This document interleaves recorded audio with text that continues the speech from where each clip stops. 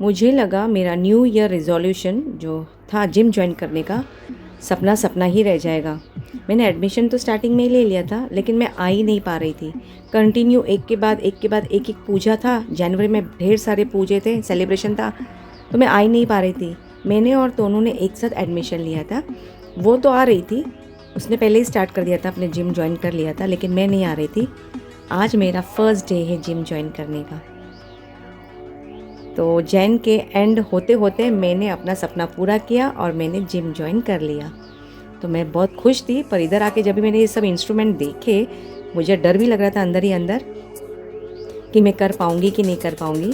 लेकिन मेरी जो ट्रेनर थी आज के दिन, वो मेरी डॉटर थी तोनू, क्योंकि वो कुछ दिनों से आ रही है, तो उसने मुझे अच्छे से ट्रेन किया, एक के बाद कैसा स्टेप जाना है। तो आज का पूरा दिन ट्रेनिंग मैंने अपने बच्ची से ही लिया। उसने स्टेप बाय स्टेप सब सिखाया और बोल रही थी मम्मी डरो मत, सब इजी हो जाएगा। तो वो मुझे जैसे जैसे बता रही थी मैं वैसे वैसे कर रही थी। काफ़ी सारे लोग थे, मुझे शर्म भी आ रही थी थोड़ा करते करते, लेकिन यहाँ पे लड़कियाँ भी थी, पर मेरे जैसी औरतें नहीं थी। तो दोनों बोली उनका भी एक टाइम होता है मम्मा, अगर आपको वैसे टाइम पे आना है तो आप वैसे टाइम पे भी आ सकती हो। तो अभी तो न्यू है मेरे लिए, देखूंगी अगर मुझे टाइम चेंज करना रहेगा तो मैं कर लूँगी।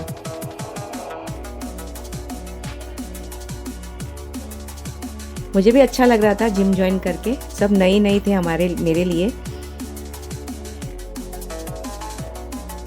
सब कम एज वाले आ रहे थे, टीनेजर्स आ रहे थे, 25 to 30 ऐसे एजेस के ज़्यादा थे मतलब, और मैं ही ज़्यादा एजेड की मुझे लग रही थी उधर थी।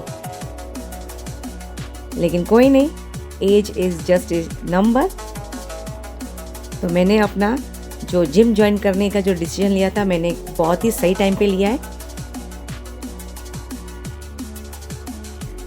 लेकिन मुझे कंटिन्यू रखना पड़ेगा, कंटिन्यू रखेंगे नहीं तो उल्टा भी पड़ सकता है।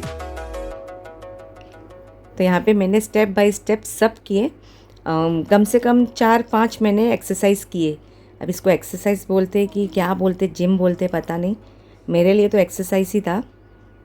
सबके नाम से क्या क्या करना है, ये तो अपस्टेयर्स वाला था, फिर कार्डियो था, और फिर साइकिलिंग की, उसको क्या बोलते मुझे पता नहीं। मैंने तोनू से पूछा भी नहीं क्या बोलते, नहीं तो वो हंसेगी मेरे ऊपर। यहाँ पे तोनू अपना जिम कर रही है। फिर मुझे एक और ट्रेनर ने बोला आप ये वाला भी क्या करिए।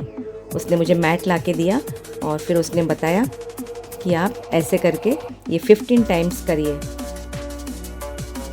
ज़्यादा मना किया, बोले 15 टाइम्स करिए आज के लिए, और कंटिन्यू रहेगा तो आप बढ़ाते रहना, 15 का 20, 20 to 25।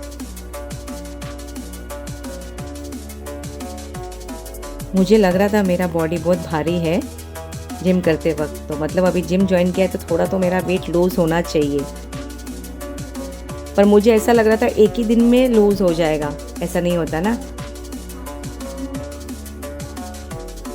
तो ये मैंने 15 टाइम्स किए, उसके बाद मैं थक गई थी, फिर मैंने पानी पिया थोड़ा।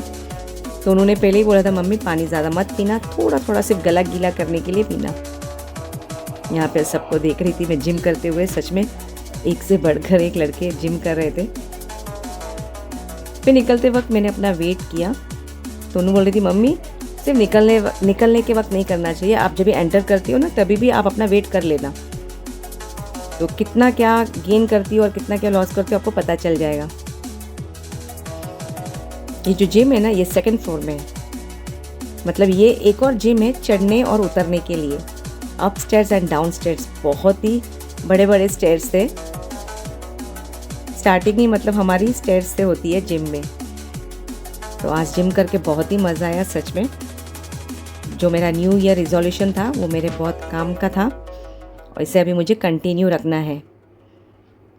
तो हमने एक दूसरे से अपनी जिम की जो ट्रेनिंग है वो शेयर की। तो उन्होंने बोल रही थी घर पे चलो, आपको पैर में बहुत दर्द होगा, तो मैंने कहा इसी बहाने मैं आज काम नहीं करने वाली हूँ, मैं बहाने दूंगी कि मेरे पैरों में दर्द है, मेरे हाथों में दर्द है, आज मैं कोई काम नहीं करने वाली। तो बस ऐसे ही हमने बातें शेयर की, और चलो अभी हम घर चलते हैं, मिलते हैं नए ब्लॉग में, तब तक के लिए बाय बाय।